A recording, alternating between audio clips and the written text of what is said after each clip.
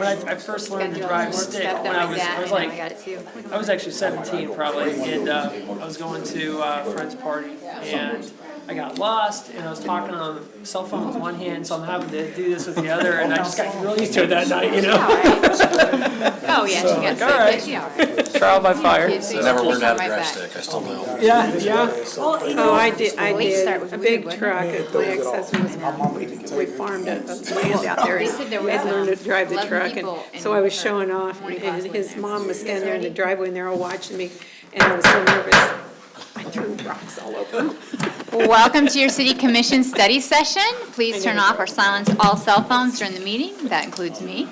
Meetings are televised every day on Channel 2 at 6 p.m. and midnight and available for viewing on YouTube. So tonight we have our study session. We're going to start off with the 2030 Comprehensive Plan update. And welcome back. Thanks. Mayor, Commission, tonight we'll be looking at the 2024 updates that have been done to the 2030 Leavenworth Comprehensive Plan. So just a little bit of history on the plan. It was adopted in June of 2021. This was a professionally facilitated plan that was put together. It has one of the highest levels of community engagement that we do as a city with meetings, surveys, and feedback requests. It's a full 161-page plan. If you'd like to get into the details, it is available on the city's website. It is a primary document used in planning and zoning.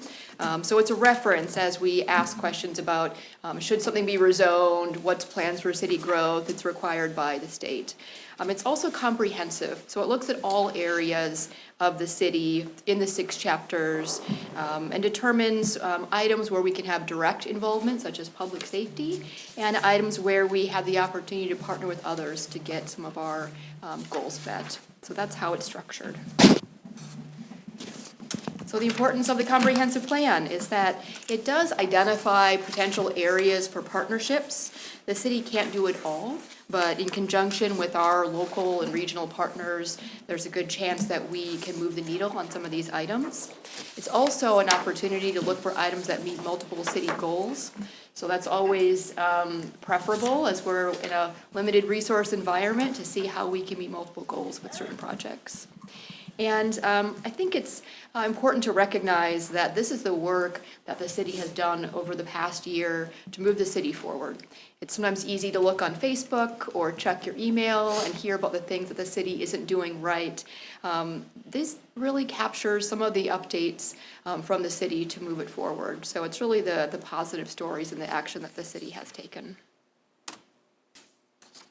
This is a graphic I'm borrowing from ICMA, but it kind of looks at, kind of how items go from big plan to everyday work. This is certainly on the 50,000 to 40,000 foot view for the city. It's a big plan, it's ambitious, it's exciting, there's a lot to it. And then this is where it meets the budget and it meets goal setting and then it meets the staff level and eventually at some day it's the day-to-day work and gets to the runway. So this is included in your agenda packet for tonight. I just would like to do a few highlights. I will say the highlights come from all city departments, the commission, the community. This is really for the full city. But I have the opportunity to present this on everyone's behalf, so I'm really just capturing the information that's been shared with me on this. The first chapter is community identity. There's several items that part of the update for 2024, such as the city's celebration of the City Hall building being 100 years old, the funding that was provided for the Frontier Museum of the U.S. Army's feasibility study, the Hometown Proud recognition sign project was completed this year. We extended the pilot program for the food truck and we added on Fridays for that. The renovations have begun at the Riverfront Community Center to update the Parks and Rec space so they can have offices to meet with people for programs and for reservations. And we actually established on-demand translation available for all public-facing city departments. So it's a call service. If anyone is having trouble with English of any of our departments, they can use this on-demand service. So we set that up in 2024. How many languages is that, 100 and some? It's extensive. It's like our hospital and, yeah. I mean, I know we already use a similar service for court and probation, and it needs to meet almost everyone's needs, so it's a call center. So, yeah, we have lots of options, not just, say, the most used in this community. What's good with all of our international families that live here. And then chapter 2 is the built environment. There's some ongoing projects near Henry Leavenworth. You recall we received a grant from the state to do some fairly extensive work on the sidewalks and the curbs. I think it goes from 10th Avenue or 14th Avenue all the way to 22nd Avenue along Viola Street. And some of the design plans that were created in 2024 include the rectangular rapid flashing beacon, which will help kids get to school more safely in that area. That also fits into the Project Zero. This was the traffic safety project that occurred in 2024. We had community feedback meetings. This is really all areas of travel. This is pedestrian travel, this is bicycle travel, cars as well. And that will be the plan that we use to obtain funding in the future for some of those projects and help travel be safer in Leavenworth. In 2024, DePaul, USA, as we know, as developing new affordable housing using city ARPA funds. So some of those projects came to fruition in 2024, as well as 13 families received funding from the CDBG program for home repairs to help them stay in their homes. We also touted the NRA. This is the property tax rebate that's available for the northeast sector, includes the downtown, goes up to Metropolitan, over to 4th Street, over to Broadway. This is residential and commercial buildings that have reinvestment in them. They can receive a property tax rebate on the level of those investments. So it's a pretty great program. We try to market that well. I still encounter businesses and residential in the area that don't know about it. But we tried to get the word out on that as well, and that's been utilized more in 2024. And then some grant work. The planning department received a grant for the 7th Street corridor study through MARC. That will be kicking off here shortly, and you'll hear more about that from the planning department. And Public Works received a grant for mill and overlay on 4th Street from Reese to Poplar. So that all came to fruition in 2024 as well. For the Harmony with Nature, that's the 3rd chapter of the comprehensive plan. There's a display outside the commission chambers, and that's constantly being updated with information about how to keep our waterways clean so trash doesn't end up in the river and waterways, and some guidance on that. The citywide cleanup that Melissa coordinates in April was held again. We had pretty good attendance, even though it was one of our chillier years. Again, that's a way to keep trash and other things, keeps the city clean and keeps it out of our waterways. And 3 Mile Creek cleanups occur regularly. This is where local nonprofit groups, we provide them a $500 stipend, and they do 3 Mile Creek cleanups. Parks and Rec coordinates that, and we had all of the available slots filled for that in 2024, so that's really ramping up. Not sure if more folks are hearing about it, but it's good to see that level of uptick in the program. And then the city continued to partner with the Leavenworth County Emergency Management to address weather and climate items. You recall we had some flooding in 2024, and that's where we work with our partner organizations to look at closing roads and sharing information with the public. Chapter 4 is Resilient Economy. So this is where our partner LCDC, in conjunction with the State of Kansas Department of Commerce, brought a dozen site selectors from around the country to visit the Business and Technology Park. We keep marketing the park. The goal is that we will get a large industrial project or 2 in the park. So those were some of the actions that were taken in 2024 for that. We also had about 80 attendees at the city's business symposium this year. That's where we bring top resources to encourage people to start a small business, expand their small business, and really just bring the resources here and make it convenient. We also worked with Fort Leavenworth, the TAP program, the transition assistance, with the goal being to keep military personnel here after their time in active duty in Leavenworth. We've had some success with that, obviously, in the past, and it's really to keep up with how do we do that better in the future. The Ride LV microtransit program also continued in 2024. I haven't seen the latest numbers from this month, but they've been 1,000 or 2,000 every month. So I know we've had some bus maintenance items that may have slowed some of that, but the program's been going well and there's certainly a demand for it. And then the Small Business Grant Program continues to encourage investment in the downtown. I don't have all the numbers for that, but I mean, that's tens of thousands of dollars have been invested in downtown buildings as a result of that program leveraging the funds for greater private investment. Healthy Community, this is where the police department added the mental health responder for mental health calls, really to just assist with that. That was a partnership item with the Guided Center. And also as part of a healthy and safe community, the fire department ordered a new pumper truck and a 75-foot quint apparatus for continued fire safety. You can just Google that. I don't have a photo, but it's a fire truck. And then we also added the pickleball courts. In 2024, they've pretty much been utilized daily. I drive by fairly frequently, and even on cold days, there have been folks that are there and taking advantage. So it's really exciting to see people get out with their families, take out their competitive spirit at the pickleball courts. That's been a great addition. And then we've also continued to see activity at Hawthorne Park since the splash pad opened. The splash pad has been open. I think the word is getting out that the gazebo is available. Nancy, is that you in the black outfit there playing pickleball?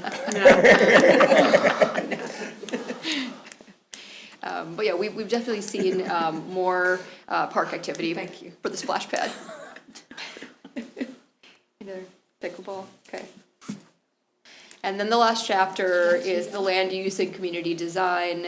In 2024, the planning department, obviously with approval, updated the development regulations to create potential opportunities for infill development. This means that as we have those pockets within the city, it's ideal to fill those in before we start building out. The BZA approved variances for continued use of non-conforming properties. And we also started pursuing information about the RHID and the potential for incentives for housing.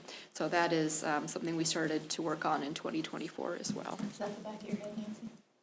Yeah, Probably. yes, my goal in all these apparently include Nancy Nancy. That is me, actually.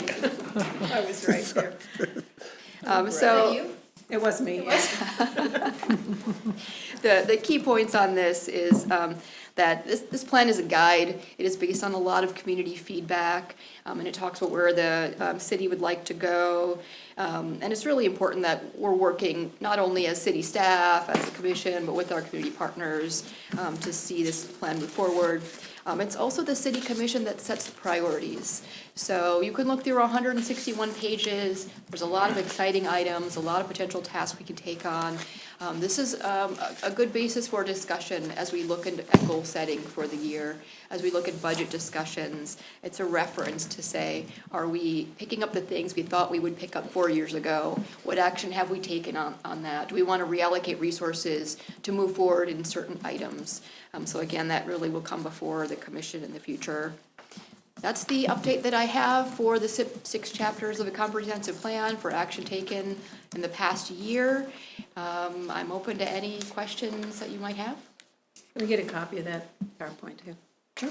Yeah, I'd like It's very easy to check back on when people have questions. Goal setting is at March this year? It's in March usually. I don't know if we've set a specific date for that.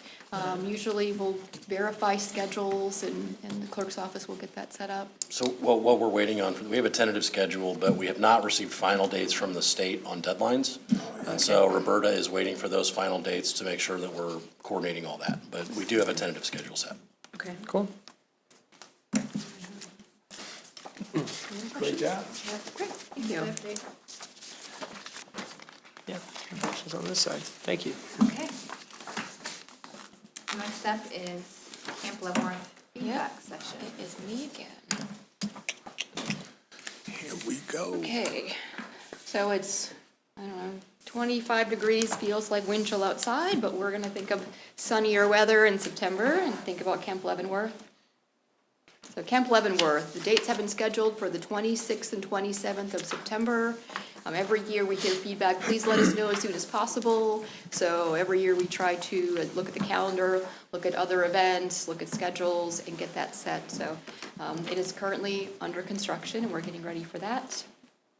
I just wanted to kind of recap the festival timeline of Camp Leavenworth. As I get feedback from the community and continued questions, I think it's helpful for us to kind of understand how we got to where we are with the festival. So we held the formal festival for 5 years. 2024 was the 5th year. In 2020 with COVID, there was an alternate Leavenworth festival, but we really had Camp Leavenworth in kind of its current form for the last 5 years. So it's probably the right time to look back and, revisit if there's anything that we'd like to reconsider for that. So this actually started in 2017 and 2018, and I think several folks here were involved in some of that. There was a festival advisory committee that was created, and it was really with the direction from the city commission to establish a city festival. I went back through some of the notes from them, and it was really starting it from scratch. Can we do this in-house with staffing? What's the location? What's the time of the year that this makes sense? So that's kind of where this all started, is we had this concept, and then with the advisory group and working with the commission, kind of set it up for the launch in 2019. That was the first year. Yeah, there was an advisory group, and I think that's important for people to realize, that it wasn't just the city making a decision on this. We had a very It included. active advisory group. You're correct, Commissioner. It had, from what I can tell from the notes, and again, I wasn't here then, but it looks like Main Street was involved, the Chamber was involved. There were several retail and restaurant and other community groups, even Lions and Rotary and various community organizations were involved. So it was a lot of people that put their heads together and said, what do we want to do for Leavenworth? So that's kind of how this started, and the direction that we've kind of moved in since then. So the festival goals, as I have captured them since I've been here since 2021, is for the city to hold a signature event that enhances the city's reputation. I have not been to some of the other events, the Apple Fest and some of these various events, but you know about them. And I think in some ways that's the goal, is for this to enhance Leavenworth's reputation. It's also to bring tourists to Leavenworth. This is an opportunity to bring people here to Leavenworth and to showcase what our city is about. Whether they come back on a future visit, or they just think about it. That could be an economic development opportunity. That could be, do I want to start a business there? There's various ways that could go, but if you don't know what we're about or what we have to offer, then you don't have that opportunity. So definitely bringing tourists to Leavenworth, and then engaging the military members and their families with the city and the community. So I understand the September date was picked not only because it was warm, but also because it fit with when military families who are here for the year arrive in June and July, get settled, do orientation, and this might be one of the first times in September that they're saying, okay, we're here as a family or as individuals, what would we like to do? So that's part of the reason it was in September, is to engage those military members and their families. We know that we want them to enjoy their time when they're here. We want them to come back, to work in Leavenworth, to start a business here. So this is really in some ways part of just welcoming them to the community, having a diverse setting for all community members, but we also want them back. So there is a little bit more of a long-term purpose to it. So I'll jump ahead to the 2024 recap, just to cover. I think everyone's generally familiar with the event, but you're always learning something new every year. So we did have an enjoyable and safe community event. There was no major incidents, so that's always a plus. And that's one of the key items that we take a lot of time to plan for. And if you don't have to see those plans go into place, then it's a successful event. So we're happy with that. This year we had regional and local musical acts. We did not have a headliner in 2024. And we had some of the elements we've had in the past, the 5K run, the fireworks, the bouncy houses, silent disco, chopping kids' crafts, run by LB Arts, and the 360 camera for social media. The new Before you move on. Yep. Do we know if not having a headliner made a huge difference in attendance? Sure. In some ways, yes. So we know when we had, as an example, in 2021, we had Melissa Etheridge, Yeah. and we had over 10,000 people attend. And then the year in 2022, we still had good weather. The year after, we had substantially less. I can't remember the exact number, but let's say 6, 7, somewhere in there, 8, maybe 1,000 people. So we saw a drop in attendance from that. I'd also say it's an outdoor event, festival. So the weather is also one of those difficult elements. The last 2 years, we've had weather-related items. We had thunder and lightning in 2023, so we had to delay the 5K run. It had some other impacts there. And then we also had the wind, we closed early. And then this Yeah. past year, when it wasn't 100 degrees, probably, when it wasn't 93 degrees with high humidity, we had rain. So it rained in the morning during the 5K run, and it rained at other times.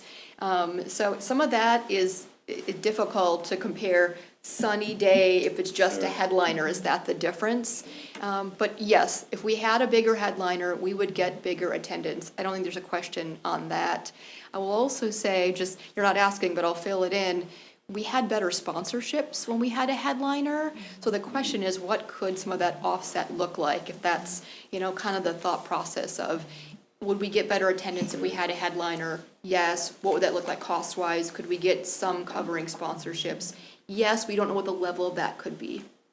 I feel like, too, this is just my opinion, we had more people in our shops, we had more people in our hotels, and they kind of came for a whole weekend. Absolutely, they were all over. And so downtown. it brought more people in to spend the whole weekend. So the 2024 new elements that were added was the petting zoo. That seemed to be pretty popular the whole time, great for kids and grown-ups alike. We added the Camp Scott Talent stage, which was designed to have some local bands and local talent. Wasn't quite the connection perhaps we thought it was gonna be, but it certainly was an idea and something we could consider in the future. And then we also were able to have the 35th ID Commanding General as a celebrity guest with the Fort Leavenworth Spouses Club. Again, as a way to welcome the military, get them off post, get them into the city, get them into the community, and learn what there is here. So the 2024 successes, this is the, I guess 4th year that I was working on this. The location, we've now generally had minimal issues. The number of cars towed, I feel like it's gotten less, and Chief can certainly provide some information on that. Are working with the local businesses that are impacted, the Heritage Center as an example. We've had various weddings and things booked there. We've tried to make sure we work well with them, and some of the other areas that are in the footprint. I think we've gotten to where everyone kind of knows about it, it's expected, so that helps it to go well. We had over 2 dozen local craft vendors, so we've seen that grow every year. That's pretty exciting. 4 local acts participated for music. We saw an increased business sponsorship, so Walmart had a fairly decent sponsorship this year, and that brought up our sponsorship dollars more than they had been the last couple of years. And then we work with Main Street to launch the web-based app for a downtown map. And if you don't have it on your phone, literally you can click on it, you can get it on your phone, it opens up a map, it has a directory on the side, and you can say, I'm looking for a restaurant. And it will provide you where the restaurants are, and you can see it on the map. And it will say, I'm looking for whatever else, and have some of the other items on there. So we had the business bulletin board, which the wind took down in 2023, so we were looking for how else we can get people to know what else there is to do in Leavenworth. And that was a Main Street partnership, something I think we're gonna continue to explore, is how do we leverage Camp Leavenworth as a great venue, as a great event, but also to bring in sort of the heart of Leavenworth, which kind of is the downtown of the businesses. And the executive director of Main Street is here, so I'm sure if you have any additional questions on that, she'd be happy to help us out. 2024 lessons learned. We had high temperatures and the rain impact. This will sound funny, some of our revenues were impacted by all of our volunteers needing bottled water. So we saw our estimated revenues go down because we were consuming a lot more of that, which we needed to based on the heat. But just some of those little things. The theme colors that we had for Camp Lebanon were too light. So they ended up not showing up well in posters and especially the yard signs. So the 5K run and the general event posters, it was a miss. So we're gonna have to relook at our marketing materials. It was just too light and it was hard to read. So that was a lesson learned. We learned the cost of live music has continued to increase. So the commission will recall we tried to get a little more of a known band. We thought we had them for a price that would work in our budget, and they came back with something that was fairly high. So we've seen that as a trend, generally live music, known bands. A lot of them are touring and they're more popular. So if they were big a while ago, now they're big again, or people have an appetite to see them. So that's a bit of our challenge. We did explore carnival rides, and we had at least one company. It was fairly expensive, and we had some challenges with it. So it wasn't just the expense. It was a full package. So it would have taken up a large amount of the footprint. We would have had to remove some of the items that we had. There was an option to either we pay for all of it or we do a bracelet and charge families. And that was a little bit of a challenge where we've offered bouncy houses and some of that, free festival, free elements, to then, look at charging and what that could look like. So we did explore that, and I think we'll continue to explore that. We've heard that feedback. But we just haven't been able to find the right connection for that yet. We've had fewer volunteers. That seems to be across the board on a lot of things, but we've done okay, but it's still a challenge. For Camp Leavenworth, we don't have volunteers. City staff takes some of that work on, or we hire temporary staff. Our event manager coordinates that. So we'd love to see more volunteers, and some of that could just be outreach and getting the word out in time. And then I will say, we have not found a teen activity. We have tried to brainstorm and look at what we can do. We are open for options. If anyone watching this has some thoughts and ideas, please send it. We added the petting zoo, which met an audience that wasn't teenagers, and some of the elements we've been able to do, it hasn't met what they're looking for. I'm not sure I'm the target market to be able to identify what exactly that is, but we'll take the feedback. We continue to work with our event manager to say, what are some ideas for, the youth to get them to Camp Leavenworth? Because I think we want all ages to participate in the festival. He needs like a YouTuber to come or something. Yeah. I will write that down. Yes. And then, so just wanted to share with the group as we get started in 2025. And I think that, the commission, almost anything the city does, we're going to get complaints here and there. We can't meet everyone's expectations. And it seems like with Camp Leavenworth, there's been some challenges tied to, I wish it was this other thing, or, I want this element in. So it's challenging to kind of meet everyone's expectations. But since we've had this for 5 years, it's a good time to go back and get some feedback. So not do the full process that we did when this was created, but say, okay, here's Camp Leavenworth, kind of the package. Where are we missing those connections, and what can we do to add some updates to make it to where it really makes Leavenworth shine, and there is that buy-in. So some of the actions we're taking is Christy Lee, the CVB manager, and I are going to meet with the Carousel Museum just to make sure we're all on the same page, and they are incorporated well into Camp Leavenworth because they are right in the middle of the footprint. So we want that to go well in the upcoming year. I think we have a meeting with them in the next couple of weeks.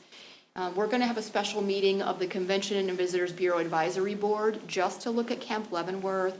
You'll recall that board includes Main Street, includes retail, includes stores.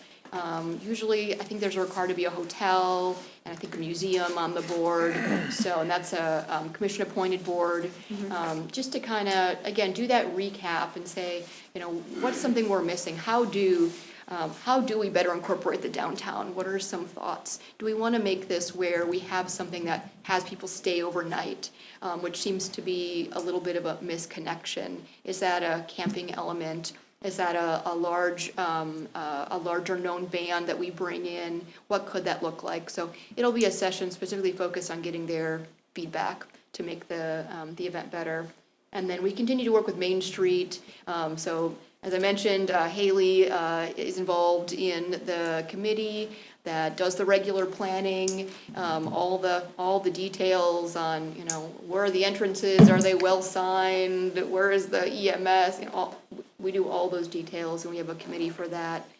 Internally, we include our event manager, we include Main Street, and we include Christine Freitchen, who is the 5K event organizer as well. So we will meet regularly from now until we hold Camp Leavenworth.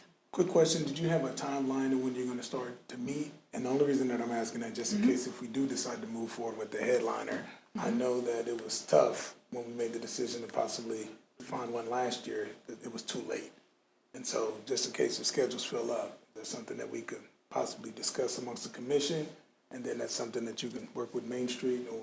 Yeah, you are one slide ahead of me. Oh, so my bad. Yes, Slow down. And we'll work with the purpose of all this is to gather the feedback, Okay. get the direction from the commission, and then bring this to the event manager. That's their job really, is to take these ideas and explore what can we do, how do we do this. Earlier feedback is better. That's why I think normally we would do this in kind of January, February. We're kind of trying to move the timeline up just to ensure we're getting that feedback and they can take that information and work on it. So that's the slide I had, is looking to the commission for feedback and guidance. What should we explore for 2025? We've done this for 5 years. What would you like to see? What feedback have you heard from the community? And we're here to listen and learn. Well, we were looking at a big name band before, or a known band, and so is that continuing? Because I know it takes at least a year to get somebody in here. Yep. So the last few years, the direction from the commission was to kind of look at regional bands. So that was kind of the general direction. Now we had, again, our event manager will say, hey, there's an opportunity. So if they say that, it's good to either have that direction from the commission in advance, we're open to exploring that, or no, we want to stick with regional and local bands. So that's actually one of the items. Yep. I think it should be something, if we're gonna continue to do this, it's something we're looking ahead, like, what are we gonna do in 2026, 27, Because some of them are booked that far out, and I think they would like to come here, but, you can't wait until a few months before the festival to book them. Sure. And that's, again, we had Melissa Etheridge, and then we went with two headliners. They were known sort of regional, larger than that country bands. And that we didn't seem to get the attendance for them. So then we said, well, do we want headliners? After that, the commission consensus was sort of well-rounded, well-balanced, multiple audiences. We had a couple opportunities here and there. As we had someone who might have been known and fit in our price range, that's also a little bit of a challenge, and we'll present that to the commission. But if it's the commission's desire to have us work harder to pursue a more known name to bring to Camp Leavenworth, that's direction the city or the staff can take and work with our event manager and move forward on that. It would be my choice to do that. I think it brings in more people. I think it gets more people downtown in the shops and the hotels, and it's better for sponsorships. I do too, I agree. Okay. And I don't know what anybody else thinks. Yeah, I agree. And also, man, figuring out a way to implement that camping. Because I know that was something that we originally had discussed, and I don't know what the setback was, implementing camping for the overnight stay as well. Like, And so literally I pitch a don't- tent. Yeah, and so I don't know, what caused us not to be able to move forward with that. Okay. But I think that'd be important as well as pursuing headliners. Penny, do we have, you called out like 2021, what that looked like, right, with 10,000 people that showed up. Since then, 22, 23, and 24, how's the attendance been tracking for those, like, total? Yep, so off the top of my, I'm gonna do some round numbers. Sure. I want to say our attendance in 2024, so last year with the heat and the rain, somewhere, let's call it 4,500, 5,500, we're somewhere in that range. Okay. We struggled somewhere in that for the year before, so 2023. That was the year we closed early. We closed at 2 p.m. because of Yeah, the winds lost a lot. and the storms. The year before that, 2022, off the top of my head, I'm gonna do a range, That maybe was- 6,000 to 8,000, 7,500, somewhere in there. So it went down from 2021 when we had a headliner. Sure. With various degrees of weather. And even with the weather, 2023, what was it again, did you think, even though we closed early? I'd say probably Lightning, 4,500 to winds. 5,500 off the top of my head, somewhere in that Okay, range. so almost a Here it couple is. of, flat. I You're have it. saying- In okay. 2022, we had 10,000 plus in 2021, and then That's 2022 was 8,750. In 23, it was 5,600, but rain out after 2. And then last year, it was 6,800 and rain Saturday morning. And I fact-checked that, I think that one might have been a little off. Okay. So the 2024 number that you have might have been a little high. Okay. I went back and did some And checked, additional okay. math on that. You said the 2022 number was high? The 2024 number. So, was- so do we know what we did back in 2022 when we had not, just 2,500 people less than the year before? Because obviously that was our Yeah. second highest year. I don't remember what was going on. We had really great weather. I'm about to say, yeah. Like Yeah, there we was did. there was no weather impact, The not second even year was great. forecasted, no rain. So that honestly helps an outdoor event Sure, in September. And we had two, country, sort of regional, slightly larger headliners, but we didn't see the attendance at their events be that large, which tells me those people attended over the course of the festival and maybe didn't then just show up for those headliners on Friday and Saturday night. And what was it, now that we've been with O'Neill for, I guess, last 5 years or so, right? What was it that originally drew us to them, or, how they get on our radar? I don't know if I have that. I will say, I know when the committee originally looked at this, they looked at, can we do this in-house? And the answer was no. No. They looked at, could we create a position for that? So I've seen various position descriptions. I know they pulled from other cities and looked at what a, coordinator might look like. It seems like that wasn't the choice at the time. I'll interject in that, right? So I worked in the city of Lawrence for several years with every major event they had, 10,000 people live en masse, 70-mile bike ride. So I did all of that, and I can say, from my expertise on that, some of those large events, like Camp Leavenworth, require a level of expertise that is difficult to find in an event coordinator. Yeah. So that just it's helpful. I'll give you an example. This past year, we did not have enough food trucks for Camp Leavenworth. So we were gonna have 5,000, 6,000, 7,000 people in theory attend, and we only had 3 food trucks. I mean, we're talking the last couple of weeks.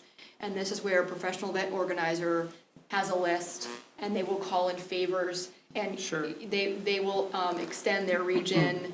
They'll say, hey, I want you to participate in these other 3 events, so show up to Camp Leavenworth. They're able to do that. Had I been planning it as an example, we would have only had 3 food trucks. Well, so, and to just kind of, all that being said, I guess kind of where I was getting at, and I don't think O'Neill's done a bad job for us at all, but for what we do in the city, we always look at various different companies, right? What can they bring to the table? So We did I at the didn't time, know. yeah. Well, so that's what I was We kind looked, of we looked getting at at. several, and she's the one that did Boulevardia. I mean, we looked at the events that she did. Yeah. And we looked at the success of them.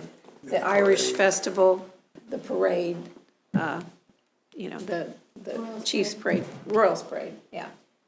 And so when we looked at that, and then we had interviews with different people, I mean, it was a whole process. So that was my Process. question, what Yeah. you answered there, Yeah. Nancy, so just kind of, figuring that out, so has the landscape changed at all, since in the last 5 years? I'll be the last one that's, just for always signing a new contract with the same company all the time. I just think we need to, things continue to evolve. We're in a different economic time now than we were back in 2021, and before then. So I'm just kind of curious, and especially talking to some expertise just in growing crowds for events.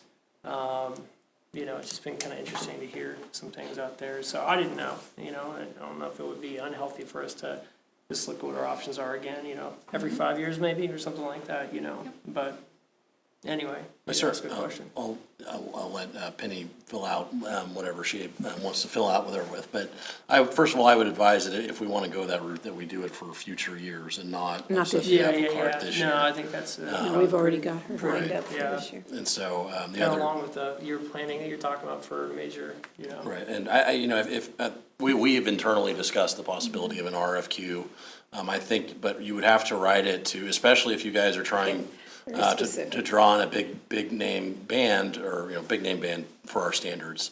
The bigger the band you want, the more connected that firm is going to have to be. And I know we get a lot of grief from some people that the firm that we hire is not local to Leavenworth, but they are connected in the Kansas City area, and that's where you get the venues that draw the bands. And so I think that the more that they are connected with that, the more likely you are to find somebody that you can draw to Leavenworth. So it's. Well, they also have like the buying power, right? So Right. they could get the fencing and the porta potties and all that at a rate that Right.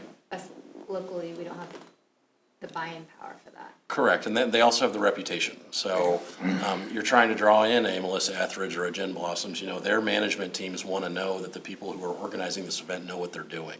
Yeah, Yeah. For a lot of reasons, but safety, like, there's a lot of electrical equipment that those people have to work with, and they don't want their band to get shocked by somebody who doesn't know what they're doing. So the reputation means a lot when you're trying to schedule or organize these things with these bands. yeah. It's appropriate for, the commission to give staff direction if you'd like to, if we think it's good to do a review of that. I agree with Scott.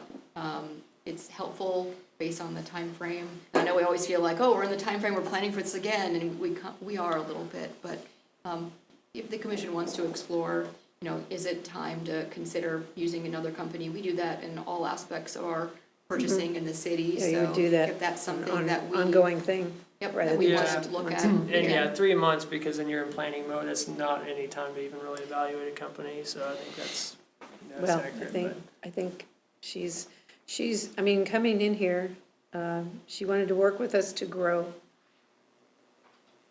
our festival, and I think she does a great job with that. But she's following along what we want, so if we're not growing, then she's not growing, Right. so. So do you need from us tonight to say, yes, go for headliner? Do you need from us tonight to say, The sooner the better. It'd be helpful Yeah. if there was a consensus to explore. We can't always guarantee, last year, that's a great example. We said we had a set price, and it was, okay, verify, we can do this in our budget. We can move some things around and, change some other things. The price they came back at, it wouldn't have been workable in our budget. So that's always the thing we'll present to the commission as we have those opportunities is, if the direction is yes, we'll explore having a headliner. And then we'll see, what we can do with that.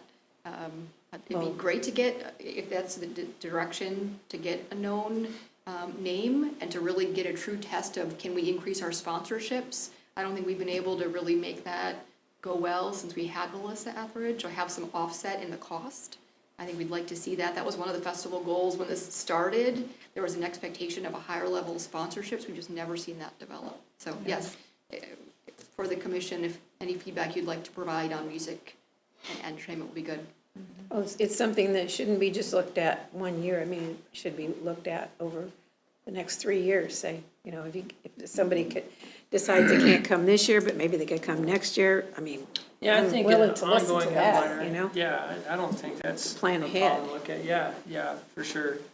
And then in So I'm getting 2026, who knows what'll happen with Well, FIFA coming. 2026 will be a Be a whole challenge different, for whole us, so. different ballgame, so Yep. we need to look at that. And I don't know, I mean, we can talk about it in another, study session or something like that. I'm game to just kind of check the market again, see what's out there. O'Neill gets our money regardless if we get 10,000 people or 1,000 people at an event. Right, So, because she does the work. right, so it's just, there's, I don't know. It might not be a bad thing just to look again and see, and maybe there's no other options out there, but just to check and see, but. Well, and I know there's a group locally that's expressed interest in doing it, and if we put in you're calling it an RFQ? Yeah, would I that would, be- I would do a request for qualifications. Well, and Yeah. if they wanna submit that as a Yeah. group locally, then they can Yeah, let definitely, them go for it. After having run festivals, I they can just, do that. You got some experience there, don't She you? used to do it. Yes, Yeah. you can do it. Yeah. But I certainly think you do, Yeah. in that RFQ, you would have stipulations on name your last headliner, what was the largest festival that you've organized, yeah. things that, so that way we know we're hiring Put quality. teeth in it, yeah. Right, so. Do we have to have a musical act? My understanding is that was Yeah. what the advisory board in Yeah. conjunction with the city commission decided to go with as a draw. And this again was back in 2019, perhaps prices were more reasonable or that was a bigger draw. But what are you thinking? You asked that question for a reason. What if they had a comedian, a is well-known good, comedian, yeah. a Jim Gaffigan? I don't know who that is, but something different. Something to add to that. He's Yeah, hilarious. she is funny. well, that's, And That'd be good, too. he can do a family-friendly Yeah, show. he's, Yeah. That's why I just threw out his name. oh, we got comedians from right here in local, Kansas Jermaine City. can go up. I'm not that good. as you, I can do a great introduction. That's about it. as we hope to continue to expand this, you can always consider multiple stages, multiple, directions like Different that. We nights. had that the Yeah. first year, yeah, 2 stages, didn't we? Another feedback that I get from, locals is the cost to be a vendor there. Is there a way that we can, and I don't know if it's fair or not, but like if you're a Leavenworth City resident, you get a discount to be a vendor, or, because I know over the time, at first we didn't have any local vendors, and then slowly we've brought them in more, which I think has been good. Is there a way that we could offer like a discount for locals? I don't know, but Yep. I do get that complaint a lot. Okay. That it costs so much to be a vendor there, and then they just don't make enough money. Yeah, I got that, You get that a lot? So I got that Yeah. too. if it's helpful, I'll just provide a little information. Yes, we absolutely have intentionally lowered the prices, lowered the participation amount for local businesses and people. So for the craft vendors, I think it started out, everyone was paying something like $200 to participate, and then we heard that feedback. It's now at $50. Oh, okay. That's reasonable. that's what we Okay. charge the local vendors, and that's an amount hopefully just to get them to show up. Yeah. Because we want to fill those spaces with local vendors. Yeah, that's not bad. What Yeah. about like the brewery? Yep, so the, Well, then, I'm trying to remember, the food vendors, so the food trucks, that was something we had the first couple of years, and we adjusted their fees. I would say if there's a food truck and they want to participate in Camp Leavenworth and they don't like the fees, please talk to us, because we're willing to look at that. So I think we dropped that, whatever we charge regular vendors, we did half for the local vendors for food trucks. And we had at least 1 or 2 food trucks the last couple of years, we didn't last year in 2024. But that's something we can certainly continue to look at, because we want our local vendors at the event, especially the food trucks. For the alcohol, we purchased the general alcohol straight up from, I'm pointing to it, Ross's, so I'm doing the directions. Ross's, yeah. From Ross's, and then we had a proposal, so we were working with the 2 breweries. I'm recalling how this happened, so we had them as sort of a showcase for the first year, because we had 2 new breweries open. And then the last year, we offered them to participate. I want to say it was a $500 marketing fee initially. That was where we started the conversation. And then we did hear from them like, hey, that's a lot, what can we do? And one ended up sort of going a different way and not working with us. The other one worked with us, and we reduced those fees to in-kind. So we want to get local businesses in Camp Leavenworth. So I hope that's not a misnomer. We do have set fees on the website. It should be clear for local vendors, for the food truck, and for the craft. If there is a brewery that wants to participate and they're local, we will work with them. So those are individually negotiated items, and we want to make that work well. So I at the think same time, we use Main Street, we use the chamber, and we get that out there that, hey, we want local vendors, we want local food trucks, we want locals, because we want to show off our town, and we want them there. We also used to have a percentage, do we get a percentage off of the alcohol? So the alcohol that we sell, like, I mean, that the we beer and sell as a stuff, yeah. city, we get the revenues. The food trucks, we get a percentage of their sales. Percentage, okay. And And then, it'd be the same with the breweries? Get a percentage of their sales? I think we did that the first year when we featured both the breweries. There was some, Because if we cut the price down, we can take a percentage of their sales like we do with our, yeah. I believe that, I can go back and check and make sure I'm giving you the most accurate information. I believe the first year we did just a percentage of their sales. And we were negotiating on the second year of whether it was a percentage of sales or a flat dollar amount participation fee. So from my perspective, we were having those discussions with them, and we were open to what that could look like. So that should not have been a barrier to participation, I will say that. And what was our total cost to put on Camp Leavenworth?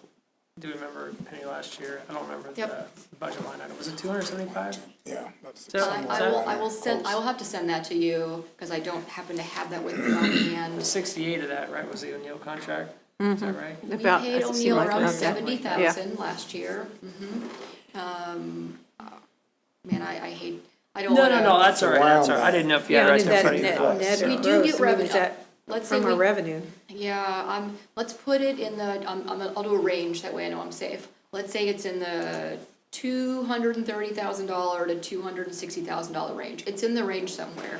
We get revenues from the beer sales, from the food trucks, from the 5K run. The 5K run actually comes out almost square with the revenues we get from that. Sponsorships, so we did have sponsorships. Last year, I think it was 14,000 in sponsorships, because Walmart had a pretty substantial sponsorship. So there is some offsetting revenue for that. So that's my rough ranges, and I can get you the more specifics. Sure. That's pretty low for Forward. sponsorships. I know we used to get 20 to 30,000 in sponsorships. You need to at least get that. Well, we had that when Melissa was here, didn't we? We Yes, we had, that one I might have, it was But we high. used to It get- was we used to get that every 35 or year. 40,000 in sponsorships. It was substantially high when we had Melissa Etheridge. Because we also were able to have VIP seating, Yeah. and a company We had sponsor the meet and certain greet with her. things, and so there were just more opportunities that businesses wanted to participate in and put their name on. I just think you're selling it, you're selling the reason why we need a headliner there. Yeah. I do think we need a headliner to increase attendance and revenue. I would be very cautious of continuing to use 21 and 22 numbers. I think that Yeah. in a lot of instances nationwide, we're in COVID, people were coming out of COVID, and people were just desperate to do anything. That's good. And so I think that a lot of attendances in places where people I gotta get out and do something. And so I think that boosted a lot of attendance for a lot of places. And we're seeing that with our sales tax revenue too, is why can't we match 21, 22? It's like, well, because everybody just wanted to get out and buy something, just to do something. And so I think that I would just, not saying that we can't get to those numbers, but I think we need to address what really works and what doesn't, and be careful of using 21 and 22 as the model of success, because I think some of it was inflated just by the state of our country. Yeah, I hate good music, point. but I gotta do something. Yeah, so good is it- point, and that I was just gotta good. get out of my house, So right? are we Yeah. open to the headliner even outside of music? Or is that something that we can add? I'm Just open in- to it outside of music. I mean, Yeah. you don't what I know mean? until you try, and Yeah. just see. A big So, name Yeah. that brings in sponsors. Great. We'll We'll take that feedback to the committee and the event manager and look at that. And I would love to see, along with that, Jermaine, if maybe we could see, you know, like I said, I've seen this kind of a little bit out there before, but what are some thoughts around crowd generation for more names, right? Depending on if it's a stand-up comedian or something like that, just to get an idea.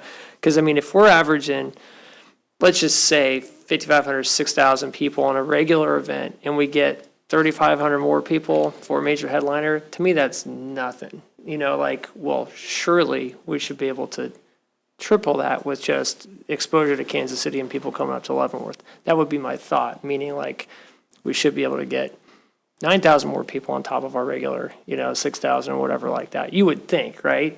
I mean, you get 18,000 people that go to a sporting game. I mean, you know what I'm saying? Like, surely, I don't know, just a thought. Just so I'd love to see more estimated numbers around what we could get depending on what the act is or whoever. I'd like to see what Atchison gets for Amelia Earhart Days. Oh, Lord, that's Huge. booms. I know, it's Do you mean huge. attendance or music, just so I'm, Both. I mean, attendance, really, to see what, if they're, I'd like to know what that is. They've Yeah. been around for years, too. they get headliners too, but, I mean, that's, That's funny, I've never but their been there. their draw really is the fireworks. Yeah. That is their draw. I mean, they spend $30,000 on I was $30,000 just on thinking fireworks, that and we when I spend was, before I came over tonight, what did we maybe spend on 10 the firework 10 portion of ours? Do we? probably 10. 5,000, 7,000, yeah. it's not Yeah. that, it's not that much. Huh. But they put it to music, it's gorgeous, it's over the river, just like ours is over the Is river. it our 4th of July? No, it's the end of July, Oh, I've never been. around the 20th. I really liked last week of our July. fireworks we had, and I mean, it's like, you know, for $5 Yeah, grand, that's a draw. actually That is not a draw, bad. too. Yeah. Do they People come out have to like see a that. festival, like rides and things though, don't they? Yeah, I think they have a, Fair type fountain? yeah, like we used to have, they have a carnival and stuff too, but they've got lots, I mean, it's huge, it's just huge. They've got lots of vendors and stuff, and just, I don't know who runs it. Well, what we know is They now, worked with us when we did Lewis and Clark, Atchison did, and they, you know, they're great. we kind of have a 5-year established baseline, right? Some quirky stuff in there, like you said, Scott, but, I mean, yeah, we only know what we know right now, so, no, I think it's a good point. Yeah, you don't know until you compare yourself to other places. Maybe Yeah. we should do the field trip up there. But they've been, yeah, they've been doing this a long time. But they also, I've gone to some VIP events up there with, you know, I mean, they actually have the governor come in and, I mean, they've got all kinds of stuff going on there. They do other things, They right? do than other what we do, things. Yeah. But we did Lewis and Clark, we had a VIP event as well, and we had people come in but we did it as a joint thing with Kansas City and Atchison. And I was the head of the Leavenworth part. We were the only one that had fireworks that worked. The big night, Kansas City, down at Berkeley Park, the fireworks didn't work. There was something going on. Atchison fireworks, the fireworks didn't work, but ours worked, and so we made all of the news. We made all of the news for Lewis and Clark because of the fireworks, so you never know. But anyway, yeah, I'd like to see what Atchison has some, We can look into that. I'd love to know what it would cost to get some Chiefs players, you Yeah. know, around. I don't know. I have no idea what that would even look like, but, you know, That- just, that I would don't be know. cool. People, yeah. So, I Does don't know. anybody have any other feedback to Camp Leavenworth? No, just always open to see how we can improve, you know, the foot traffic in the downtown businesses. Yeah. And I know it's gonna come when you meet with them. So as far as headliners, is there some flexibility there from your guys' perspective on, you know, maybe get somebody that's a little more adult oriented, you know, that I think we generally try to stray towards, you know, family friendly, you know, Jim Gaffigan, Melissa Etheridge types. Or if there's a band that would draw maybe a more adult crowd, I'm not talking somebody super vulgar or anything. but- Yeah, I don't know. I want to be careful on that because we're Family still, friendly. yeah, Okay. family friendly is, yeah. Okay. Yeah. It's good to know. Yeah. No, good question. Can I ask this? How hard would it be to put together some type of survey to get it out to the community again? Hey, just some feedback. You probably would tell me, oh, we're actually doing that right now or something like that. But like, could we do anything like that? You know, just more feedback, suggestions from just Are we talking the music specifically? Just for the Camp Leavenworth, General. anything, in general, yeah, just any, Sure. I mean, yeah, we could absolutely put out a survey and get more direct. something that could be shared Members of the public online and feedback. put out, like, guys, you know, look, over the next, I don't know, what, 60 days or something like that, like, hey, I'd love some, and maybe you could send out some potential questions or something like that to us, and we could provide feedback. I don't know, I'm just thinking, would you guys be okay with something like that? Yeah, no, Yes. I'm always up for getting It's always information. good to get Feedback from the information. community. But can we make sure that they're Leavenworth residents? Yes, Yeah. yes. How to do Do yes. you live in Leavenworth? Okay, Well- first question. Zip code. Well, Yes, so please. another thing to consider, it would not help us for planning this year's event, but we could provide some kind of a survey to be given to attendees while they're there to get more direct information from the people that actually came. Thank you. So, Have someone walk around with an iPad and. right. Or, you know, a QR code that gives you a 10% off whatever, a burger or something. Yeah, something to idea. entice someone to do that, yeah. So, Yeah. Anything else? That's it. Yeah, you're gonna hear, I mean, you're gonna hear from people that want to do the good old days, but I remember Oh, yeah. the good old days. One thing, the planning commission, when we first, the group that did the planning for this, first thing they were talking about was, well, people were wanting to do Buffalo Bill Days. People were wanting to do, it wasn't all that great. I mean, they think it was great, they remembered things, but You can get struck by lightning when you walk outside for saying that. we started, I know, that's true. But, well, I know, I mean, I was there. I mean, you know, we had a lot of fun during Buffalo Bill Days, and we were all, you know, we were all young. We had the races, we had, I was given airplane rides, we had balloons. It was a week-long event. The big balloons, it was a week-long event, and we were raising money for Cody Park, and, you know, we were all doing that, but all of us that were volunteering and all us, you know, we were all in our 20s. And so, you know, that one reason for Camp Leavenworth was to really focus on young people, to get young people. So I think needing something for teenagers is important, but man, we had, yeah, we did a lot of it. I'm a senior millennium. I had a balloon land in my yard out in the county. It was kind of cool. But anyway, Well, you could fly some teenagers around, maybe. fly some teenagers around, yeah. But just to bring, You know, I remember you going can't go to back. Buffalo You can't Bill go back Days. to Buffalo Bill Days. You just can't. We just can't. I remember going to Buffalo Bill Days. Here's how great Buffalo Bill Days was. I remember Keck's Root Beer. Oh, That's all I yeah. remember. Oh, we had them every year when I was I on know. Main Street, yeah. And then the, That's all I remember we remember had about it. Sip and cider days with this. Yeah, sip and cider, yeah. Anyway, we're living in the past, but thank you so much for all that, and you have our permission to Thank you. forge ahead. Headliner, okay, we'll Headliner. pursue as we can. Okay. Appreciate it, thank you. Yeah, thank you. And Carnival Thank you. rides. All right. The last item on the agenda is special event street closure policy discussion. all right, thank you, Mayor. I'll take over from here. Plan here, just to let you all know, is I'll kind of lead the discussion from the staff level, but Sarah and Chief Kitchens and Amy are in the crowd here. They have more personal hands-on experience with this kind of stuff, so they're here to answer any questions you have in regards to their experience. Their input was, of course, taken into account for this proposed policy.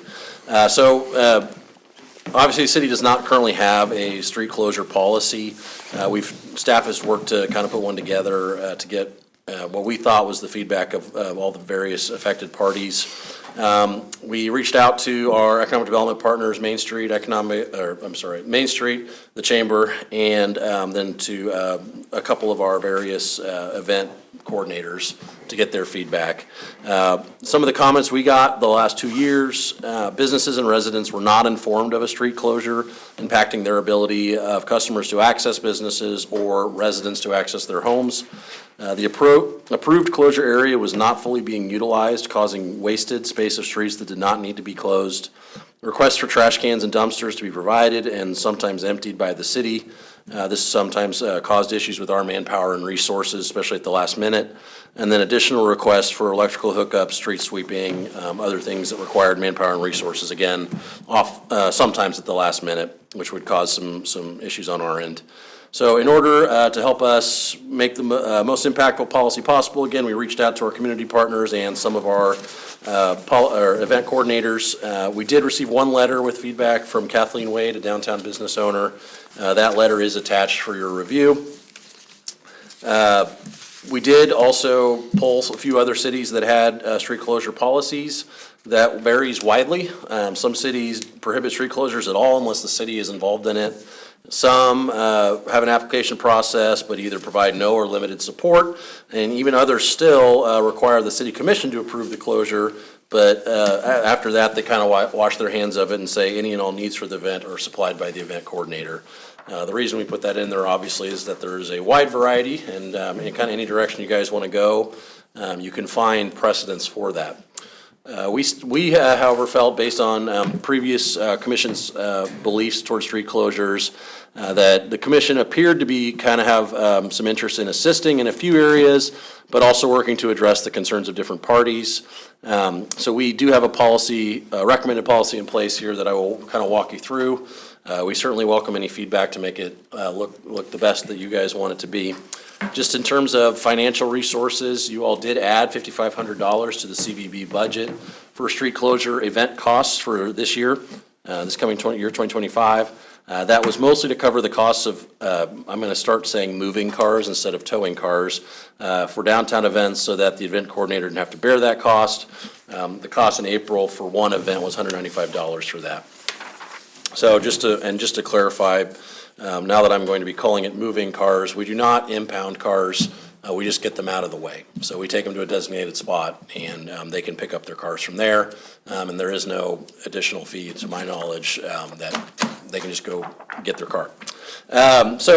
Turning to the proposed policy here, I'll walk you guys through it real quick and then take any input you guys have for us. So first of all, we said street closures will not be available on any federal holidays, days where a parade is already scheduled, the days of Camp Leavenworth, the Friday before Thanksgiving, which is the mayor's tree lighting ceremony, and then the Friday following Thanksgiving, in which city offices are closed. Type of events this policy does not apply to: parades, walks and runs, and events occurring outside of the CBD, Central Business District zoning district. Responsibilities of the applicant: provide a street closure request form, which is also here for your review. Business and resident signature approval for street and block closure form to notify local affected business and residents who are affected within the road closure request area. And then a non-refundable fee of $25 per street closure request event. All three of those must be submitted complete a minimum of 8 weeks prior to the scheduled event date for approval. Responsibility of the city if request is approved. City staff will notify businesses and residents from the business and resident signature approval for street closure form of the approval location and date of closure. Essentially, you got, the applicant goes out, notifies the local businesses and residents, and then once it's approved, the city staff will notify those people that yes, it's been approved. So be prepared to move your vehicle as such. Provide one 20-ton roll-off dumpster for use during the event. If closure area contains city trash cans, city staff will empty those within the road closure area up to 24 hours in advance of the closure and place trash can liners in them. If closure area contains city trash cans, a roll of trash can liners will be made available for pickup from the municipal service center by the event coordinator in advance of the event. Police officers will place flyers on cars parked in the road closure area several days in advance of the closure. The day before the scheduled event, the city will place all event barricades at a single designated location for setup by the applicant. AKA, we will drop the barricades off, but it is the event coordinator's responsibility to set them up and monitor them. Police officers will attempt to locate car owners to move vehicles within the road closure. Police officers will move cars from the area via tow company, again, just to a designated location, and they are not impounded. Appropriate city staff will take down and remove barricades. I need to remove that. If applicant's responsibilities if request is approved. If closure area contains city trash cans, retrieving the roll of trash can liners from the municipal service center in advance of the event. Applicant will be responsible for placing and maintaining all barricades at the designated locations throughout the event. The city will provide all necessary barricades the day prior to the event. Once the approved event is completed, applicant will be responsible for removing all barricades and returning them to the designated location where they were dropped off prior to the event. The city will then pick up those barricades from the designated location. Any other logistics, including but not limited to temporary trash cans, temporary trash can liners, electrical needs, portable restrooms, picnic tables, or security associated with the event will be the sole responsibility of the event coordinator. Applicant must supply and set up their own tables, chairs, pop-up tents, other available equipment for the operation of their event. All items must be along the curb so as to allow for room for an emergency vehicle to access the area down the middle of the road if necessary. Closure area must be kept clean, and the applicant is responsible for cleaning the area at the end of their event and picking up litter and placing it in the trash cans. In case of inclement weather where the event is canceled in full, the applicant may contact the city clerk's office to discuss the possibility of rescheduling. And then applicant must, of course, apply with any other permitting, including but not limited to special event, noise, temporary food, or temporary liquor permits. Okay, and then the other attachments you have there are the proposed street closure form they would need to fill out, and then the signature form for businesses and residents. I just have something here. Everything must be submitted a minimum of 8 weeks. But there's nothing about notification of the, it's like, is there a minimum of the amount of time that we're notified of the event? I mean, this is for the application, but they don't want him coming in at 8 weeks and, 8 weeks isn't long enough Okay. to have a heads up on Okay. an You talking event. the business owners that are on the street? Who are you talking about? I'm the event coordinator, Oh. the whole event. So, it's like, okay, it's like St. Patrick's Day. We come in January 2 or whatever to pick up our permit for St. Patrick's Day. So we make sure nobody else does anything. We do that every year. That's 3 months ahead.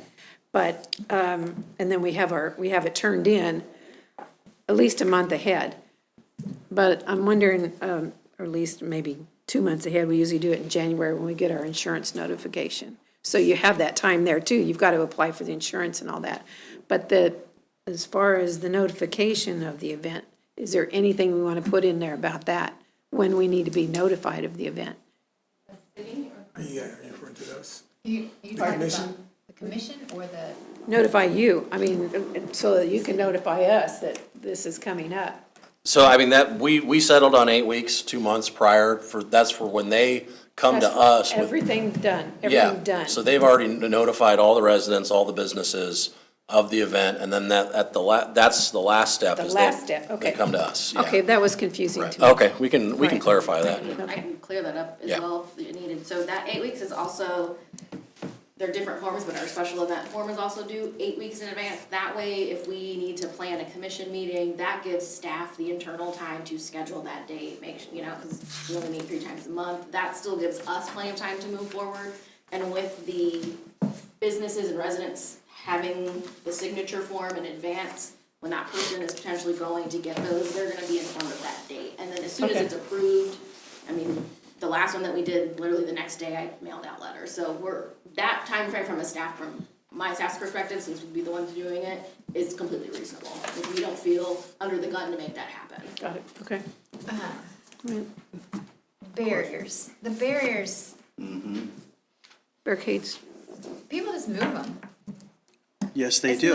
It's not like they have, it's like they don't care. They just they move them out and of they the way. drive in and then they drive out. And that's not really fair to all levels, right? It's not fair to the people that put them there, it's not fair to the event. What can we do to? So I think the point of the policy, it says not only are you required to put the barricades there, you're required to monitor them. Okay, so- And so that's the key point, and that is part of the policy, because that is what happens, is that sometimes they're treated as an obstacle and not as a barricade. That's never going to change, whatever the So policy is. potential things they could do is hire a security guard to stand. Or have volunteers, Volunteers, right, which is a pretty common practice, like at the 5K, right? We have all these barricades up, but they have, quite a few volunteers to help them do that, which is, the complicated piece of one of these events. And one of the reasons why we're emphasizing so strongly the policy is to make sure they know what they're getting into, and have the ability to do that, which some people do and some Yeah. people don't. But I think that was the point of that is, that's absolutely true that people move them or drive around them or do the best they can, but it is the event sponsor person, coordinator, responsible for most of the things, including that. How did we do it before? Like, did the police drop them off, you guys dropped them off and then picked them back up? And then this is saying, So the service center drops off the barricades. So for example, at the Veterans Day Parade or one of the parades, we know where all the barricades go. This, Becky and the team down there drive through a day or two and lay them at the corner. And then follow that up with staff going to put them up, or the volunteers put them up, that kind of stuff. And so that's a pretty common practice. that's what they do now? Okay. Right. All right, so that We make them available and they use them. In terms of moving the cars, the police officers would go down and they would move, have the cars too, that kind of thing. And my next question, this is, they have to go door to door as if they were knocking doors, signing, getting a petition signed. I don't love this, and I'll tell you why. That's hard Right. to do. Right. That's really hard to do. And let's look at, I'm just gonna pick on Cransers. Who knows when they're open? And I think Kathleen witnessed, I don't know their hours, I don't know. I mean, how would they ever get their signature? So can I interject here? Here's the crux of the problem. Yeah. Multiple times over my 900 years that I've been here, I get it gets we longer. want to have this event. Right. We have talked to everybody Oh, and I they're agree. all good. I agree. And then they're And not. as you have learned, they are not all Right. good. They do not know. And so, Sarah and I talked a lot about that particular piece. And if I'm going to fall on my sword over something, it's That's it. that. Because that's what you guys have heard, that's what we heard, I think, this guy was, we don't know about it. We don't know about it. And so that's our best recommendation for making certain that when they say, we've talked to everybody, it's not just them saying we talked to everybody and everybody knows, it's they visited. So is Sarah gonna go through and go, okay, Cransers, yes, go down each single business and go find out if they're open or closed, and if they're, I mean, that's a lot of. Sarah's not gonna do it. This is a lot of work to verify this. How do you know that they just didn't, I mean, Well, the city, I would hope they wouldn't lie about well, it. I know, but that, you don't know, I mean, I mean, that's true, that's absolutely true. I don't. Disguise their handwriting, I guess, and I I mean, that, but, you know. We'll hear the back. city then sends follow-up letters to all of the people on the list saying, the event has been approved, it's on this date. So that's two opportunities now for a resident or a business owner to be notified of this event. And another thing that I'm sure we will encounter that we will need to address is an event coordinator may well get in contact with somebody that's a business owner, and the business owner says, I'm not signing that, I don't want to have this event. Then what? Now, how does the event coordinator say, well, I talked to them, they just said no, and, so I think we will have to find a way to address that. I do think this is a good way for us to How start. have they been doing it? They could put flyers under the door or something? well, yeah, I think they have, and well, You have to because the residents aren't there a lot. you know, I heard write from, a letter with information about the event. And what we had done the past year was 1 week in advance. We're well open to any, recommendations if it needs to be 14 days in advance, et cetera. Okay. But it's it's Main Street, this is what we're doing, this is the closure. Okay. And it's a notification. It isn't asking for permission, so we would need to. Right. yeah, and that's what Just this is. notification. Yeah, because This is asking I permission. just don't have the staff time to probably go door to door, and I don't think I could get 100%. At Yeah, at what point do we say enough signatures is enough? I mean, right. I'm just I curious. mean, even if you're running for office, you only need a certain percent of signatures. I mean, that's the sort of crux of the debate here, is how much effort is enough, because that is principally, at least in my experience, what generates the most complaints is, I didn't know about it. Yeah. And then you guys blocked the road, and then you guys towed my car, and that sort of thing. Those are the folks that are really, really angry. So I am waiting patiently your decision on that. No, I think if you want So are these the businesses, what about the second story? Like, so I got Everybody. some complaints there too, like, my So car, well, Does say business and resident. it does, so they would need to go second story too. Yeah, so I think to the chief's point, I guess the idea that was exactly what we have happen, is people they'll turn in the paperwork when they're supposed to, and they say, we've talked to everybody, everybody's Right. great, and then they call us, not great, not happy, and when we Text we- us. And then before we went, they received the letter, and they're like, stop it. Well, there's no mechanism currently in place to provide any sort of advance notice to some of these people, so they're like, oh, I don't care, I'm gonna be out of town, sure, I'll sign your paper. So we were trying to, I think, encompass the amount of the concerns Yeah, I that we're getting understand from it. our office. Because I think from our perspective, we're thinking, if you wanna close the road, there should be a little work into it. Well, see, that's my thought. I'm thinking I if mean, I was Market gonna go do Square- it, then if it's an event, first of all, there's a chance I might wanna do it again. And so I wanna sell everybody in the fact that it's gonna be a great thing. And I would just expect that I'd have to go do that door to door. I mean, if I can only get half of them on A board. yes and no column, I understand, Yeah. like, people need to say They yes. don't have to say, I like it. Because I didn't want anyone to feel like they had to say yes, like, someone could totally oppose it, I'm not gonna sit there and count, like, you got 17 yeses and 18 nos. I'm I sorry. think the point was more of, we just want them to know that they had a chance to have the conversation with whoever was putting on the event in advance to say, I'm doing this, this is kind of my proof saying, I've talked to you, whether you like it or not, I'm just asking you to sign my piece of paper. Saying really more, I talked to you. And you can put a yes, you can put a no, you can honestly leave the yes, no Wait. blank if you're uncertain. I'm sorry, but I had volunteers that did walk the streets and go to every single business and every single resident and just drop flyers under the door, little cards But under not, the you door. haven't gotten their signature. Just You guys didn't no. do this. No, we just notified. I mean, They're I'm just, complaining because they say they aren't notified. Well, this is notifying. But that's what we did. But you all do whatever you think, but I don't know if I want to sign a form. Well, I guess my only thought is charging $25 for the application and the city's got some skin in the game to make it all happen. I'm kind of in line with what you said. There ought to be a little bit of skin for both parties, and we should have to do something to put a consensus together to get the street closed if it is potentially gonna impact somebody else's business, for the better or for the worse, you know what I mean? So that's just kind of my I mean, and you thought. don't have to have one person go to every block, but if you're got a restaurant and you're right here in the middle of the street, why can't, you walk around your street? Just in your block and well, just, what if you went to 501 Delaware apartment C and you couldn't get a hold of them? put a thing under the door. But You don't have this- to get a hold of them. This says you do. I know, I Oh. see what you're saying, yeah, no. No, I I mean, don't, how I do you don't, know? I What don't if he think, works a I don't night think shift that. and you're, I mean. Yeah, let people work in Kansas City, they're not I here. mean, how do we get a hold of all these people? No. So I would only say that the consequences for not doing that, absolutely your decision, is we're just gonna have to live with the complaints then. Because the efforts that we make, there's generally threefold. There's the initial sort of notification, hey, everyone, we're doing this event.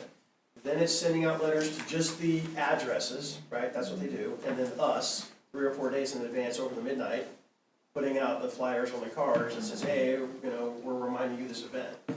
So if there's not anything else than that, then we're just living with the complaints. And that's I'm a not- decision that you have to I'm not make. opposed to this, let me just say this, I get where you're coming from. I just think this is really hard to do. I mean, I've I know, got I people know. in my audience going, mm-hmm. How much do you wanna have an event? I like How the much do you wanna footwork. close the street instead of using what we built Notification. for this kind of thing? You can also use Well, this as let's an see, we have to opportunity, have the opportunity to signage bring and awareness to the Well, event as well. Ed, So when I your like- business owners are saying they don't, this would be hard to do, and they're the ones that are wanting to run it, we're just making it harder. I'm not opposed to this, I just think this is a lot of work to go to every single apartment downtown. Do we even know all the apartments? I mean, are you gonna give them a list of where they're supposed to go?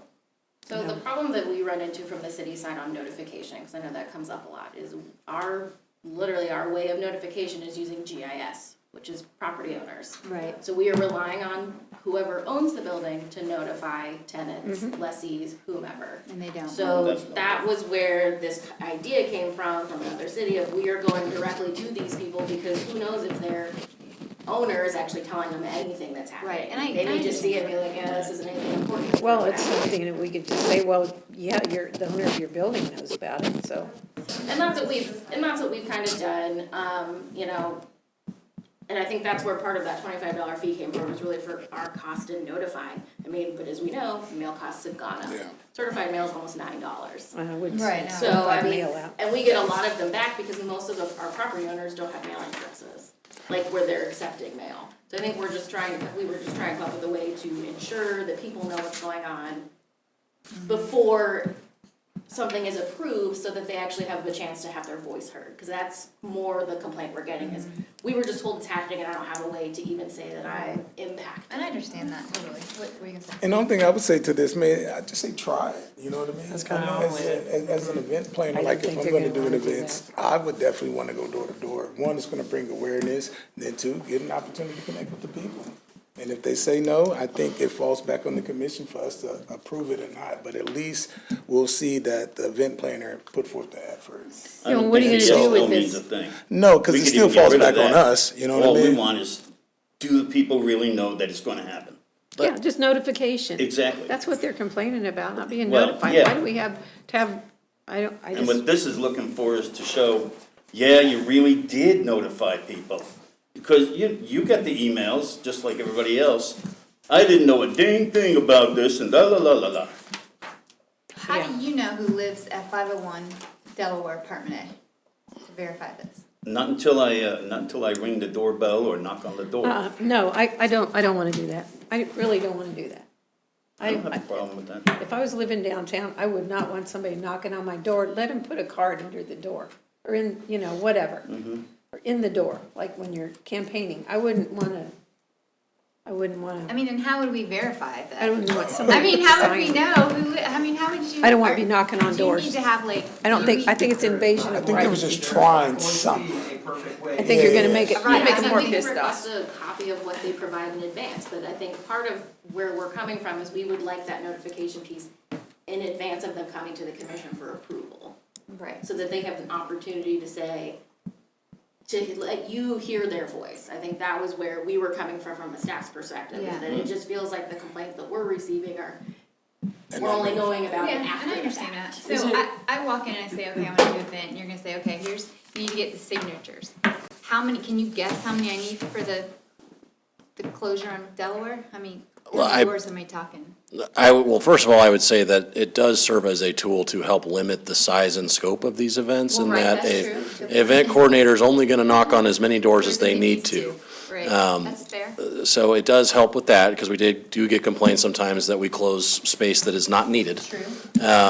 As, you know, I certainly understand Nancy's complaint about somebody knocking on my door to get a signature.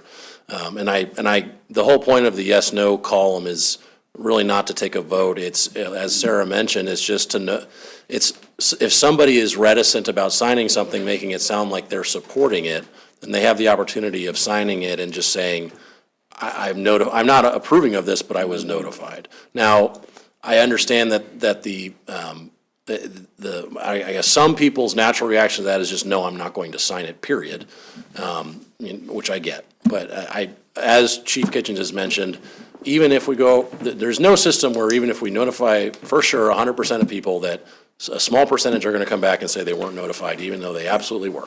Well, So, and in the policy here, it says city staff will notify business and residents. so off of the list From the list. that is provided. Oh, Do no, we have, no, I just don't like that. The complaints that come in, I don't like are they that. mostly from businesses, or they mostly from residents, or do we know? It's been Typically? both. Yeah. Like 50/50? It's been I think they both were doing it, businesses just and weren't residents. notifying them, but I mean, they need to be notified in the policy in here. I mean, they need to be notified. And I don't see that part in the policy where, I've gotten both. I've gotten business owners frustrated about the road Signature closure approval. itself. I've gotten business owners I didn't know. I've gotten, the folks that live in the second and third floors downtown didn't know about it. Now, keeping in mind that that's generally associated with a car being moved, folks really don't like that. And so we hear the brunt of that, but, sure. I've gotten all of it. So, Okay. when I was sitting in that spot and then many, many times over the years, that's generally folks get frustrated. Okay. And then you also have the other people, or people we could not possibly notify, which are the customers and businesses, Right, Yeah, because we don't know when they're coming, Yeah. so. Yeah, never know that. I'm open to trying something, that's all. Yeah, I'm open to trying something. I do think there should be something if you really want to have an event and we are actually closing the street. I mean, that's a pretty major thing to close a street. So, if you believe in your event enough, that it's gonna be a good thing, then I have had to knock doors. I have had to go to businesses in the past. So, I mean, it's not the most fun thing in the world, but I was able to talk to a lot of people, so, I don't know. And then even what Scott said, you're not gonna go to the doors unless you have to go to those doors. You're not gonna go to extra doors outside of the event, so. So what if you could Even never? when you were knocking on doors and campaigning, if somebody wasn't home, you stuck the thing in the door so they knew what was going on. Oh, yeah, but not even just campaigning, yeah, even outside of that, you know, Put just your like, card oh, in the well, door. we don't, I you mean, know. why wouldn't you I do live that in with town, this? so I can, it's, you know, it's easy for me to get to businesses and stuff like that. It's like I said, it's not convenient, but it's like, I guess if I wanted that enough to try, you know. But- So what if they tried to reach again? They've tried, boom, boom. Yeah, Is that if what, they're I not there. mean, Yeah, I don't, can we put something on there If they're that? not The goal there, is you need just to to put try something to in the show door. some effort's been made, right? And then, because I've seen this, I've been sitting in the meetings too, where, oh, I've talked to everybody, they're great, you know, and I like, think that's the underlying issue, I think from the staff's perspective, is trying to combat we've told everybody and everybody's happy with it, okay? That's what, for us, that's what this is really about. The actual mechanism, this is just what we came up with as a token, I think, yeah, probably, that we tried, I went there, I tried, no one was home. well, how many potential street closures do we have, do we think, on the books maybe for this year, right now? 4 or 5, yeah. So, we run it until like August and see how it went, I mean, it's January, and just see, and if not, okay, not a, you know, maybe not that long, maybe I it's do still. kind of like one suggestion that our valiant city clerk here has made, just kind of over everybody's head. When they bring in the application to have it, I want to see a copy of what you're going to use to notify people. You know, if it's going to be a postcard, let me see the postcard.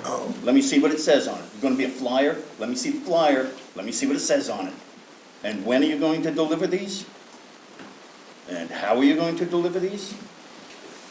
Let me grab that. I You got know? it. We No, it's require so that for complicated, our huh? salesmen, so often. Yeah. And that was an option too, like in lieu of signatures, like give us a copy of what you're handing out and give us where you went. You know, I get it, I mean, I definitely understand. I understand the hesitancy that people have, so, and this was kind of a first stab at something, to get something on the books. Because we have received the complaints, I know you will all receive them as well, to just try to address both sides of this issue. Well, if I lived there, I wouldn't want to sign something.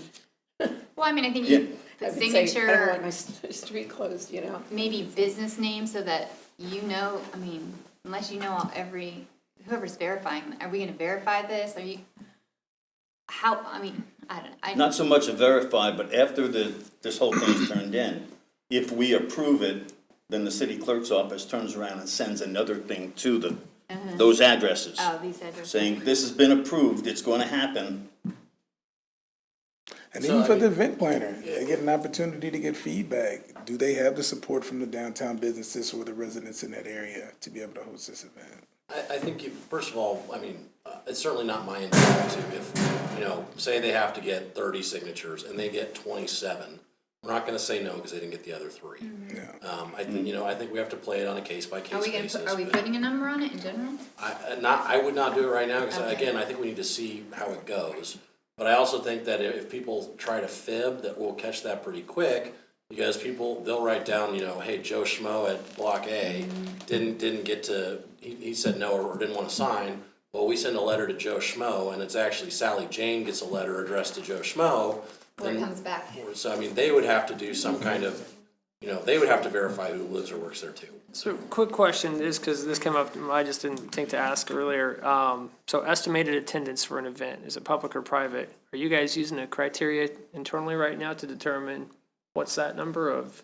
I think that's more just to track. That's more to just track the event itself to see if, I think to address, I'm trying to address all the complaints in one thing, or at least attempting to, of like, how big do you think this thing's gonna be?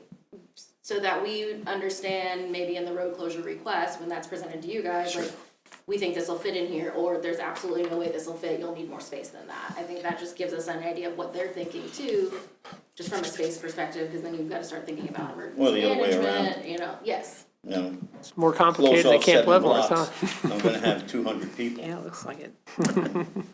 Right. What's called, as far as the, is this a public or private event? If it's a public street, it's an open to everybody event, period. There is no public or private in my mind. It's a public street. We're gonna close it, anybody can come to you. Make sure your event is open to the world. What if what if someone wanted to close the street for a wedding? Would No. that be private?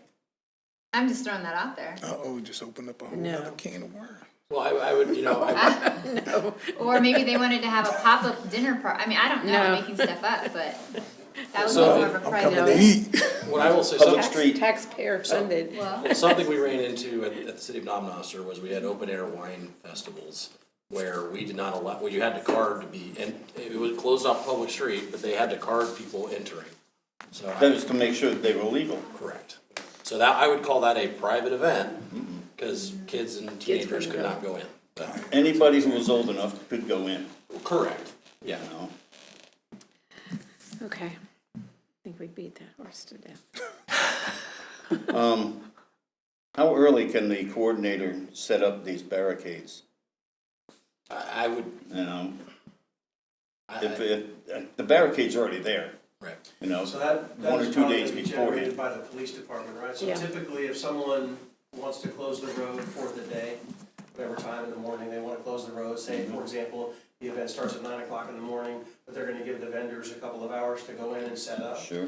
Generally speaking, if we're closing the road for the day, I'll have the midnight crew, set up barricades at like 3 in the morning. And that is easier to keep cars from pulling in, cause it's closed, and limits And the. parking somewhere. Right, and the 3 or 4 cars that might still be there, it's less cars that we have to move. So Sure. that's generated from us, and it sort of depends on the time of day and that sort of thing. But this hasn't been set up by the applicant, By the not you guys. So, Yeah, Yep. correct. you know, That's no, very you can't set it up at 9 o'clock the night before. We'll work on that logistically with them depending on what they wanna do. I think when they had, whatever that thing was called, the Jeep Jamboree, that was what it was, we didn't close the road till around noonish, maybe, something like that, right? Farmers market. Yeah. Something like that. Farmers So, markets, that you know, if they say we're not gonna close the road till 8 in the morning, we'll try and target overnight or early in the morning. Yeah, But if they're gonna do it later in the day, might Sure. move it over, that kind of, we just gotta work those things out as they go. anything else on this street closure policy discussion? I would recommend on the street closure request form that above name of event, in really big block letters, print clearly. I've seen a lot of the stuff that comes through, you know, these requests for SUPs. Half the time you can't get any idea, is this a human being writing it? So if the Did you event get your answer? got canceled due to inclement weather, will it have to come back to the commission for reapproval? Okay. If the date changed, will we have to reapprove the event or? Probably work through the city manager. Okay, Something gotcha. like that to Okay. see, I mean, we'd have to check, make sure nothing else is being impacted, but if you guys approved it the first time and, Okay. you know, weather is weather, Yep. we Yeah, would work through but I the city think we need manager's to have a office on minimum whether. time for the, you know, when it gets postponed, it has to be postponed for at least so much time, so that, you know, the same folks that are working it have the opportunity to To react. continue, yeah. It's all for me. Do we need a consensus? This is discussion, Okay, right? all right. No, we'll take, so. Yeah, feedback. We can't make any the city decisions manager, We'll tonight. take feedback and He's Yeah. looking. hit the drawing board some more and. Okay. So one thing I just would like to maybe add, has nothing to do with that, but a policy discussion. You know, got an email from a resident, last week and just talking about just some frustrations with one of the policies we had. So I don't know if there's a way, based off of the maybe complaints that you guys get on a regular basis that are tied into certain policies. I like the idea of being able to have a discussion around, okay, well, we've had this in place for like 20 years.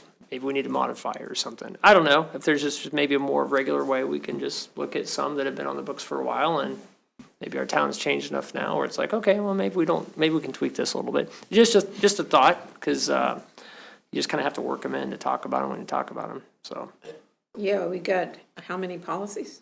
Well, what was the Well, policy? no, I know. What was the policy? Priority would have to go to was- the ones that It was have a snow bunch of clearance complaints. on, Oh, you know, complaints, sidewalks yeah. and stuff. I'm Well, like, definitely, we Well, he always covered, look and at that's that. why, I got the Like, same, and that's why I Probably asked him cats, to cats. cover it I'm sure last you've week. gotten, I've gotten a whole lot But yeah. of questions over the past week and a half. Yeah. No. Right, you snow, know, yeah. what is the code, don't you guys have an ordinance, what's the policy of the city, you know, on snow removal? And where can I put it? And, you know, I had somebody complain to me that the city puts snow in the city's parking lots. I can't park my car there because there's so much snow in the city parking I- lots. No, You know? So I did a great update last week. Let's, we're off topic here. Yeah. To directly answer Commissioner Martin's question, the mayor sets the agenda. So what I would suggest, if there are specific policies that you would like to see addressed, that you request that through the mayor. And then if she feels it's necessary, we can add it to the agenda. And then if she doesn't, and you are, or he, I'm not pinning you, sorry, Mayor, but if he or she does not agree to add to the agenda, then there are other avenues by you can get others to vote to add it to the agenda. And then No, staff, that's fine. Yeah. No, I was thinking about it and it's like, yeah, some stuff. I just think broadly speaking, it seems like the most frustrating thing for a lot of our residents in the city is just the unbalanced, what do I want to say, how we enforce code, in the city. And it's just Yeah, like. that's what I get complaints about. Yeah, just like if you have Definitely. some kids and you punish one differently and you punish another one, it's like, well, hey, you're just gonna cause a lot of grief there.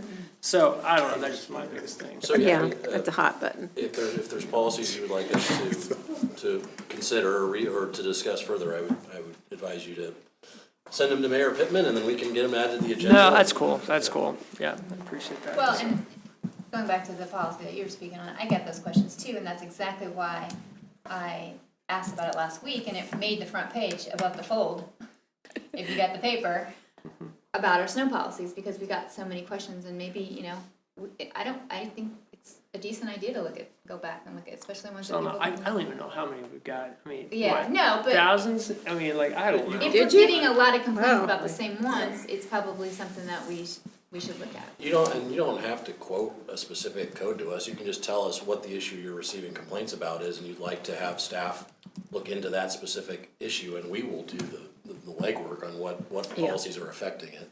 Yeah, just continuous improvement, so that's cool. You guys do a good job of bringing stuff here and there when you're getting it, but, no, I appreciate talking about it, so. Well, any other thoughts? All right, I'm thank you, good. Chief. Thank you, Sarah, for the hard work on all this. I know it's frustrating. Anytime. I know it's frustrating. Okay, well, let's, do we go around the room for study sessions and talk about, Yeah, you can. okay. We can. Scott, do you have anything else? Just real quick, pretty much everybody in this room, actually, this is notifying for you guys. Set your calendars, April 15th, the first re-annual State of the City address at the community center, 11:30 to 1:30. So we'll, more details to follow, but at least get the date set in your calendar, so. State of the city, it's back. State of the city. And pay your taxes. Yeah.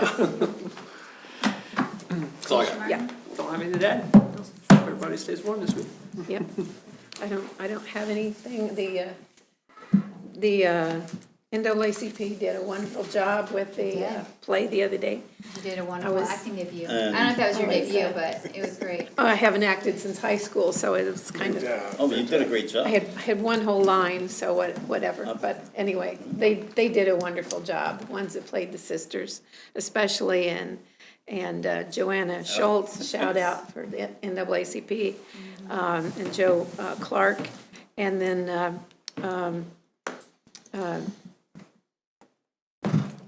Lolita Law. Oh, yeah. I mean, she wrote the play, and it was awesome. It was a full house. I mean, we had a great turnout for that. So, anyway, Richard Allen Cultural Center, Edna Wagner was involved in that too. Oh, she was hilarious. And they were just really, really good, and we actually only rehearsed for 1 week. I mean, they really put it together Great quickly. job. But anyway, thank you to them for that. A history of the Oblate sisters and our first, Nuns. the nuns, we don't call them sisters. Sorry, sisters. Yeah, anyway, yeah.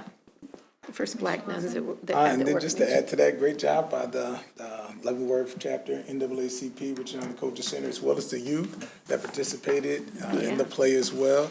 God bless, and prayer for our kids as they go back to school. Hopefully, God willing, they can get a rhythm, a good flow. You know, it's been a challenge for so many of the kids as well as teachers due to the weather, but just praying everything goes out smoothly. God bless. Be safe. Commissioner Hengler? Just stay warm. And when you get out there, don't slip on the You're ice. already cold. I'm cold right now. It's, yeah, you know, take care of yourselves. All of you people out there, take care of yourselves. I have to ask, where are we at with trash this week? I know yesterday was a holiday, so today we didn't. We sent out an update, but let me make sure I read it appropriately so I don't say the wrong Back thing. on Monday. I know. Like yesterday. Yeah. Make sure that I have it Cold, right. cold today. My trash hanging on.